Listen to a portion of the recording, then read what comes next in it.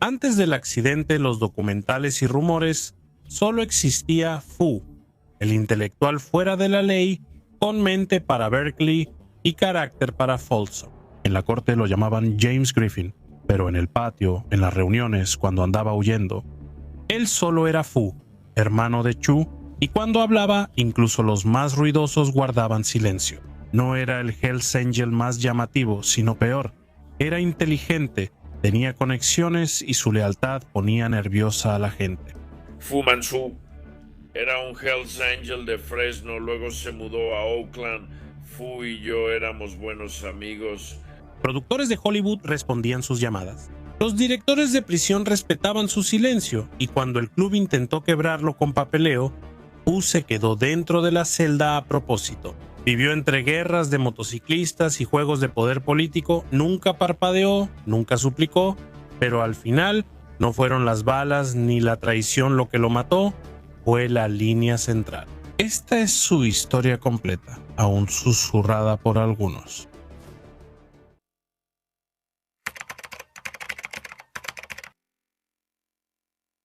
Previo a rumores, política o el accidente, solo existía Fu, nacido como James Griffin. Comenzó en Fresno, rodando junto a nombres como Vern y Marvin Mooso, hombres cuyos apodos se ganaban, no se daban. Fresno no era un lugar tranquilo, pero tampoco el centro del poder. Y Fu quería más que parches y fiestas, así que empacó, se fue al norte a Oakland y no miró atrás. Fu era un ángel del infierno de Fresno. Junto con Bernie y Marvin Mojoso fueron a Oakland. A finales de los 60 y principios de los 70, el centro del club cambiaba. Oakland se volvía un motor político y Fu se conectó directamente a la máquina. No pasó mucho tiempo antes de que empezara a hacer ruido.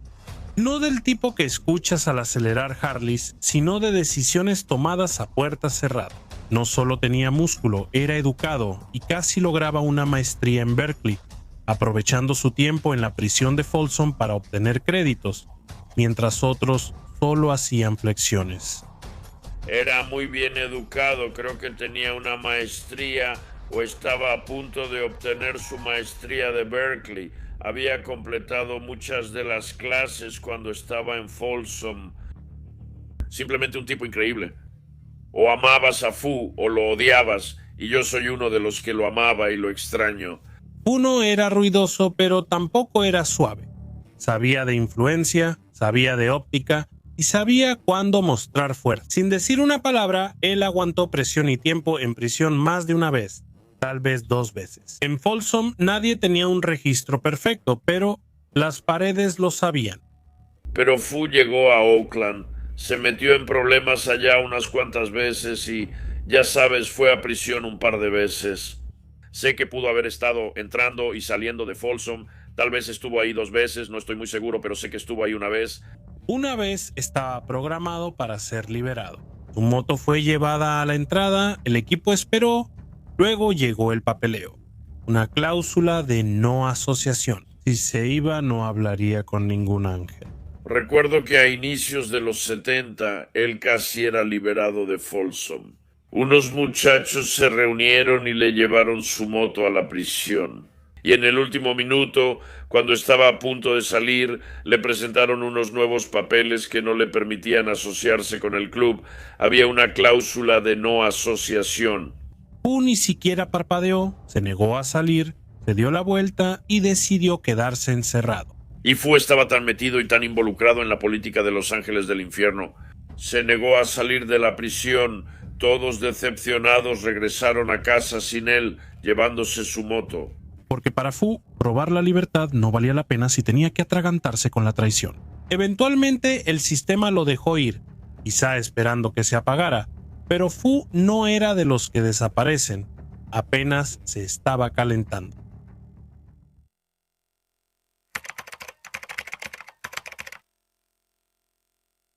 ¿Cansados de las tonterías y censura en YouTube? Es hora de liberarse.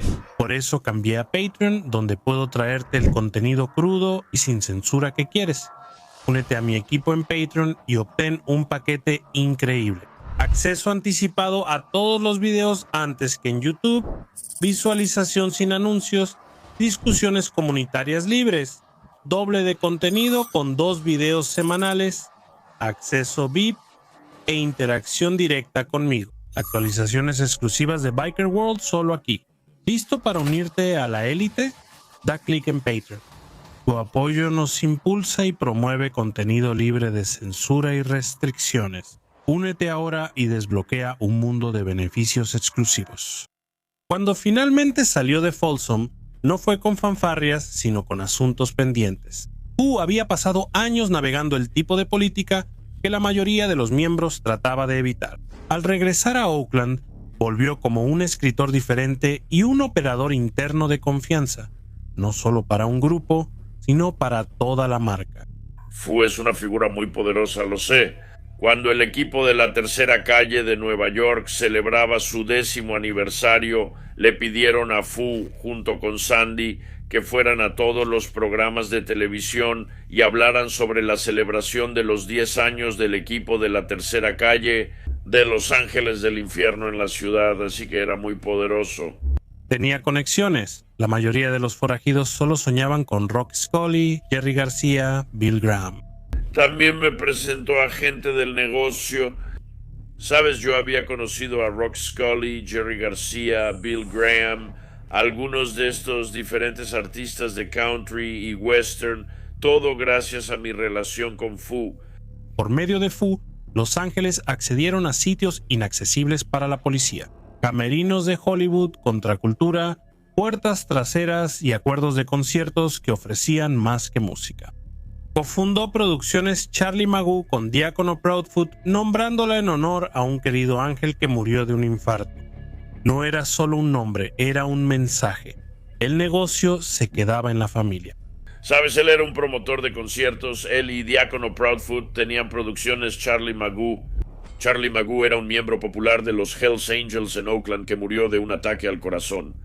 Nombraron el negocio en su honor y ya sabes, él promovió a muchos tipos de alto nivel. Cuando creías que Fu bajaría el ritmo, él lo duplicaba en cuanto Jorge Christie le daba una bolsita de coca. 20 minutos después, Fu sacó una bolsa Ziploc de 1 galón con medio kilo adentro. Sé que lo que tú hicieras, Fu, lo haría mejor. Una vez saqué una bolsita de coca. Como una bolsita pequeña de esas donde pones una moneda o un sello, y se la di, le ofrecí un pase. Como 20 minutos después, él sacó su bolsa y era de esas Ziploc de 1 galón con como medio kilo de cocaína adentro. Todo lo que hacía lo hacía en grande. Tras ese brillo, había una mente enfocada en los detalles. Contribuyó a Hells Angels Forever desde prisión, saliendo en los primeros cortes con Sonny Barger, ambos en ropa de recluso, creando un mito en tiempo real. La película Hells Angels Forever se hizo cuando Fu estaba en la prisión de Folsom con Sonny. Y de hecho, si ves uno de los primeros cortes, hay una entrevista con él y Fu. Están en la prisión de Folsom con su ropa de preso puesta. Y cuando Fu llegó a casa, realmente había ayudado a cambiar toda la dirección de esa película. Jerry García nos había dado algo de dinero para terminar la película y también Fu nos hizo algunas presentaciones. Cuando los Rolling Stones saldaron su deuda de Altamont, Fu estuvo presente cuando decidían el destino del dinero. Y recuerdo que me enteré de que los Rolling Stones, supe por una fuente externa en mi negocio de promoción de conciertos que los Rolling Stones ya pagaron la deuda por la defensa de Alan Pizarro en el caso Altamont.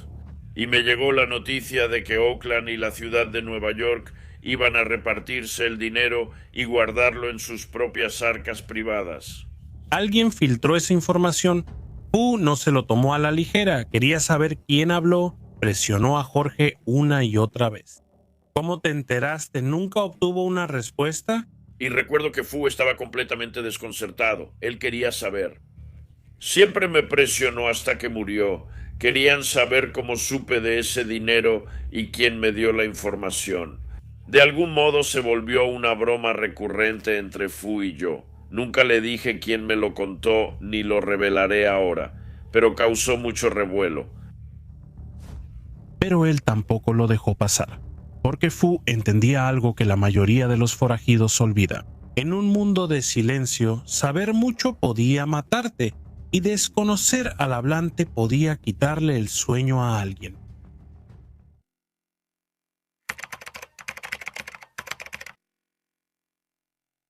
A principios de los años 80, la leyenda de Fu ya estaba completamente formada. Se codeó con la realeza del club, tendió puentes a Hollywood, enfrentó la prisión y rechazó 2 veces cambiar la hermandad por la libertad. Las leyendas no se retiran en silencio, caen fuerte. Era un fin de semana festivo marcado en Los Ángeles por funerales, recorridos y problemas. George Christie iba a San Diego, preparándose para un recorrido hasta Big Bear. El final de Fu fue duro. Era un fin de semana festivo y estábamos de camino a San Diego. Creo que había un funeral allá y después íbamos a ir a Big Bear o Lake Arrowhead. Estábamos recorriendo el sur. En algún punto entre los planes, la llamada entró. Llama a Roberto Pollen. La voz al otro lado no dudó. Fu murió manejando un Trans Am nuevo. Fu se cruzó al carril opuesto y chocó de frente. No hubo frenado ni últimas palabras. Falleció al instante. Fu conducía un Trans Am nuevo o algo así sobre la línea central y se desvió y chocó de frente contra otro auto. Sé que Fu murió de inmediato así, instantáneamente. Nadie recuerda mucho sobre el otro auto, y quizá ese sea el punto. Fu siempre vivió como si el centro del camino estuviera hecho para él. Ese día no fueron las noticias, fue como un golpe directo al pecho. Realmente me afectó mucho la muerte de Fu. Me tomó mucho tiempo aceptarlo. Era una persona muy poderosa.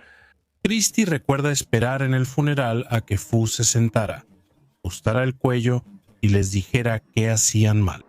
Porque así era Fu. El tipo con el plan más grande, la bolsa más ruidosa, la última palabra. Su funeral se sentía incorrecto. Sin sus correcciones dicen que casi había terminado su maestría en Berkeley, esforzándose con las tareas mientras estaba en Folsom. No solo fuerza, cerebro, precisión y fuego. Una mezcla rara en un mundo lleno de bocones y muñecos de prueba. Después de que murió, empezaron los rumores.